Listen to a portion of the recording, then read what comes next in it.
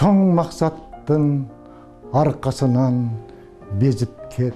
Кыргызстан маданияты гезитинин адабий кызматкери болуудан баштаган. Андан кийин бир катар гезит журналдарда агартуу жайларында балдарга билим берип, аны менен кошо чыгармачылыгын улап келген. 2010 жылдан тартып жогорку кеңештин депутаты, 2013 жылы мамлекеттик тил боюнча улуттук комиссияны жетектеген.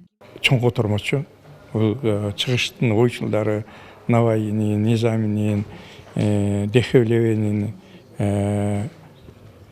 Омар Хаямдын поэмаларын которду элге, Кыргызстанга жеткирди.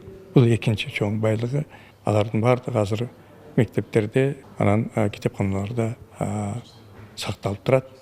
Жарым кылым мурда эле Эрматовдун алгачкы ырлар жинагы жарык көрүп, Ак тил деген ат менен 1979 жылы басылып чыккан. Кийинки эмгектеринин арты менен СССР жазуучулар союзунун мүчөсү да болгон. Автордук чыгармалардан сырткары дүйнөлүк адабияттан алынган котормолору да окурмандар арасында кеңири тарап, чыгармачылыгынын дагы бир бутагы катары калыптанган. Ал жаратылыш, сүйүү жана дин темасында жүздөгөн чыгармалардын автору болгон. Бир топ мамлекеттик тилдин өнүгүүсүнө салым кошо турган мыйзамдардын жазылышына жана аларды мамлекет боюнча иш жүзүнө ашуусуна чоң өбөлгө түзгөн адамдарыбыздын бири.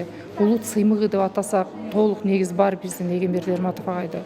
Бул агайыбыздын башка чыгармачыл инсандардан дагы бир өзгөчө жагы, ал руханий жан дүйнөнү биринчи орунга койгон. Акындын 70 жылдыгына карата өткөн иш-чарада Эгемберди Эрматов атындагы фондду жетектеген уулу Эрмек Эгембердиев атасынын чыгармачылык жолун улагандарга атайын сыйлыктарды тапшырды.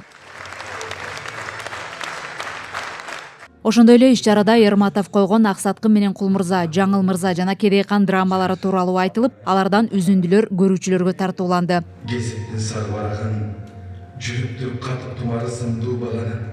Элиза Нурматова, Руслан Сабатаров, Фалато 24.